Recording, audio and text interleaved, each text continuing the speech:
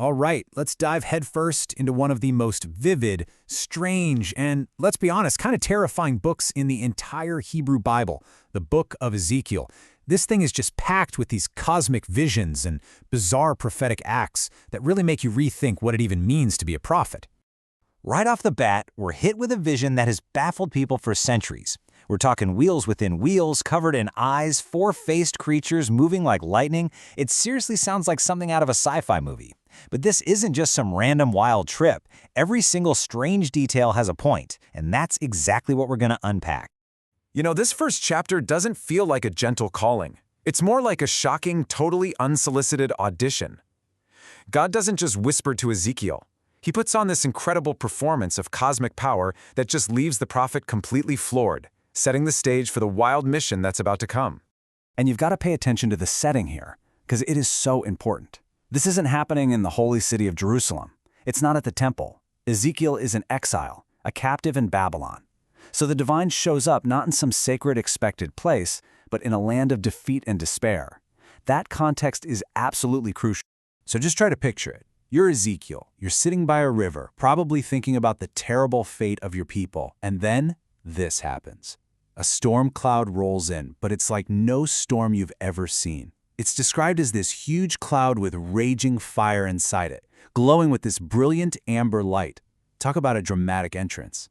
And then, out of that fiery storm come these beings. They have the general shape of a person, but all the details are completely out of this world.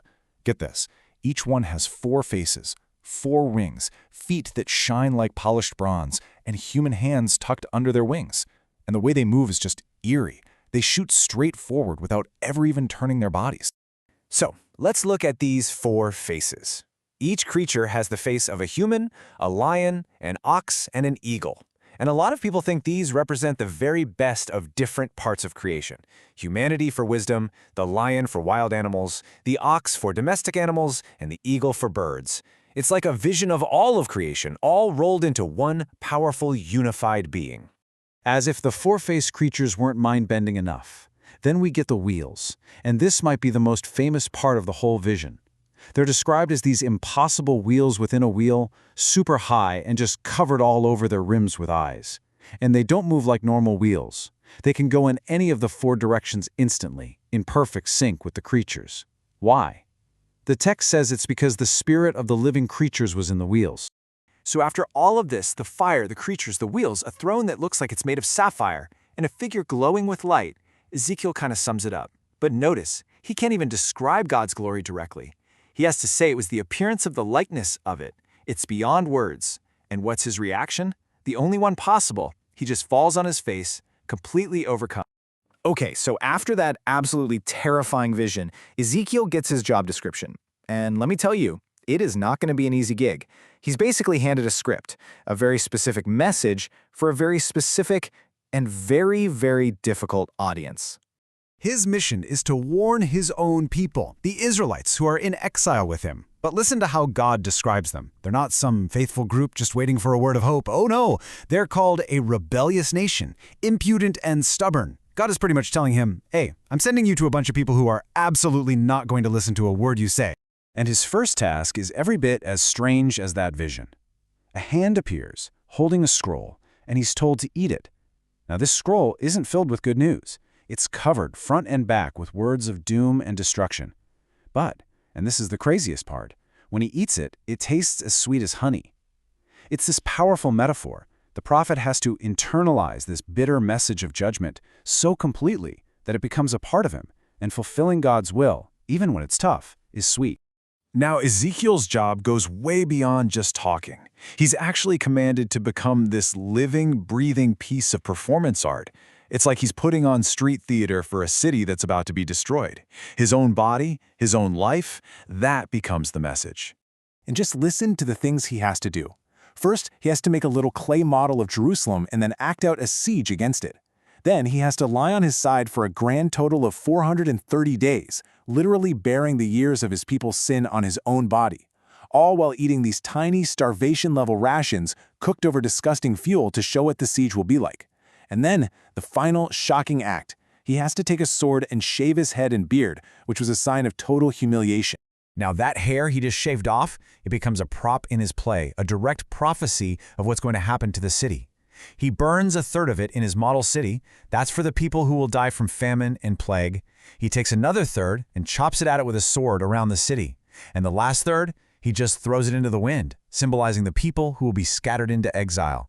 It's this powerful visual prediction of the coming judgment. But the performance gets so much more personal, and frankly, so much more painful. It hits its peak when God tells Ezekiel, "I'm about to take away the desire of your eyes," his wife. And when she dies, God explicitly forbids him from crying or doing any of the normal things you do when you mourn. Why? Because his private, unmourned tragedy is a public sign for Israel. Just like he can't mourn his wife, the people will be so stunned and shocked when their beloved temple falls that they too will be unable to mourn properly. They'll just be left to waste away. So why? Why all this fire and doom? Why these incredibly elaborate and painful performances? Well, the book gives us a very clear reason. Think of this next part as getting a peek at the director's notes, the motivation behind this whole tragic production. And there it is, right there, in one devastating question. The reason for all this judgment isn't random. God is explaining that the people's actions, these great abominations, are so offensive that they are literally pushing the divine presence out of its own holy temple. It's like a spiritual eviction notice, and they wrote it themselves. And then Ezekiel gets a vision, a guided tour of the temple, to see these terrible things for himself. And it's just a laundry list of corruption. There's a huge idol right at the main gate. Then he sees the respected elders of the city in a secret room worshiping pictures of animals. He sees women performing pagan rituals for a foreign god. And maybe the most shocking of all, in the inner court, he sees men standing with their backs to God's holy place, bowing down and worshiping the sun. The entire sanctuary has been polluted. And the result of all this is a slow, deliberate, and just heartbreaking departure. That same divine glory Ezekiel saw in his first vision, it gets up and moves. First, it goes from the holiest part of the temple to the doorway. It pauses there, and then it lifts up, moves over the city, and finally leaves entirely. The divine presence has officially left the building. But you know, the book of Ezekiel isn't just about judgment. Woven into all that destruction is a totally radical and powerful new idea. It's a brand new way of understanding sin, responsibility, and the whole point of what God is doing. This was a real game changer. See, the people had this old proverb. They used to basically blame their ancestors for all their problems.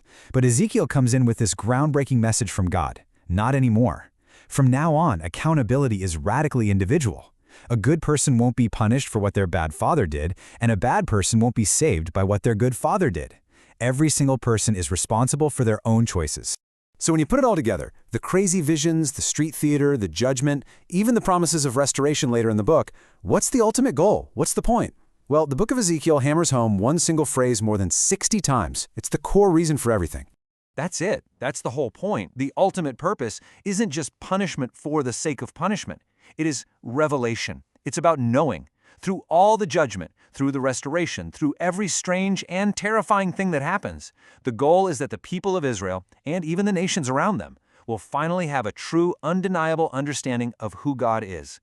The whole painful process is meant to create knowledge. And that's really the central puzzle that Ezekiel leaves us with, isn't it? The book lays out this path of complete devastation, of personal tragedy and national collapse, and then it frames the whole thing as a lesson. It forces us to ask a tough question. How can an experience of profound loss actually lead to a more profound understanding? How can a message that looks like it's all about destruction somehow become a path to knowing?